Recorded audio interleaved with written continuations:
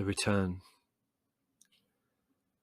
With a gentlemanly honesty which I found hard to forgive, Mr. Królewski had informed Mother that he had taught me as much as he was able. The time had come, he thought, for me to go somewhere like England or Switzerland to finish my education.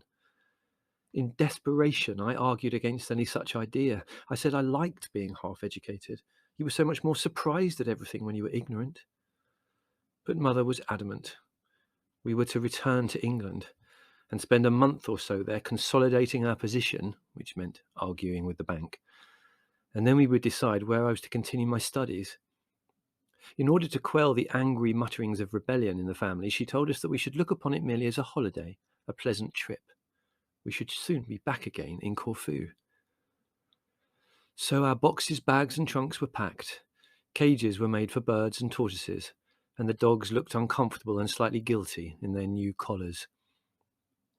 The last walks were taken among the olives, the last tearful goodbyes exchanged with our numerous peasant friends, and then the cars, piled high with our possessions, moved slowly down the drive in procession, looking, as Larry pointed out, rather like the funeral of a successful rag and bone merchant. Our mountain of possessions was arranged in the customs shed, and Mother stood by it, jangling an enormous bunch of keys. Outside, in the brilliant white sunlight, the rest of the family talked with Theodore and Królewski, who had come to see us off. The customs officer made his appearance and wilted slightly at the sight of our mound of baggage, crowned with a cage from which the magpies peered malevolently. Mother smiled nervously and shook her keys, looking as guilty as a diamond smuggler. The customs man surveyed Mother and the luggage, tightened his belt, and frowned. "These your?" he inquired, making quite sure. Yes, all mine," twittered Mother, playing a rapid solo on her keys. "Did you want me to open anything?" The customs man considered, pursing his lips thoughtfully. "Have you any new clues?" he asked. "I'm sorry?" said Mother. "Have you any new clues?" Mother cast a desperate glance around for Spiro. "I'm so sorry. I didn't quite catch.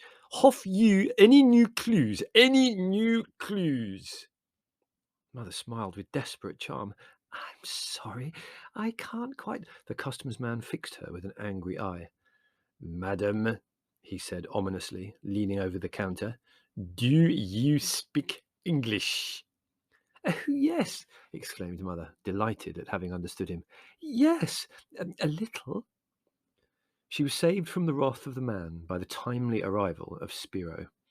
He lumbered in, sweating profusely, soothed Mother, calmed the customs man, explained that we had not any new clothes for years, and had the luggage shifted outside onto the quay almost before anyone could draw breath. Then he borrowed the customs man's pieces of chalk and marked all the baggage himself, so there would be no further confusion. "Well, I won't say goodbye, but only au revoir," mumbled Theodore, shaking hands precisely with each of us. "I hope we shall have you back with us, very soon." Goodbye, fluted Królewski, bobbing from one person to the other. "We shall so look forward to your return. By Jove, yes. And have a good time. Make the most of your stay in old England. Make it a real holiday, eh? That's the ticket." Spiro shook each of us silently by the hand, and then stood staring at us, his face screwed up into the familiar scowl, twisting his cap in his huge hands. "Well's, I'll say's goodbyes," he began, and his voice quavered and broke, great fat tears squeezing themselves from his eyes and running down his furrowed cheeks.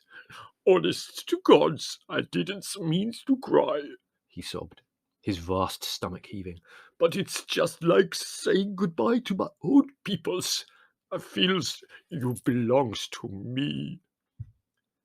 The tender had to wait patiently while we comforted him. Then, as its engine throbbed and it drew away across the dark blue water, our three friends stood out against the multicoloured background. The tottering houses sprawled up the hillside, Theodore neat and erect, his stick raised in grave salute, his beard twinkling in the sun. Królewski bobbing and ducking and waving extravagantly. Spiro, barrel-bodied and scowling, alternatively wiping his eyes with his handkerchief and waving it to us.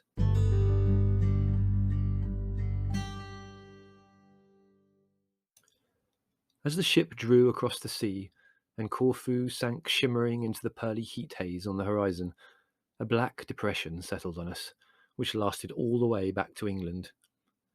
The grimy train scuttled its way up from Brindisi towards Switzerland, and we sat in silence, not wishing to talk.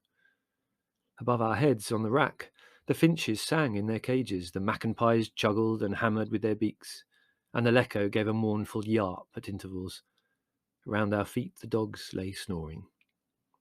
At the Swiss frontier, our passports were examined by a disgracefully efficient official. He handed them back to Mother, together with a small slip of paper, bowed unsmilingly, and left us to our gloom.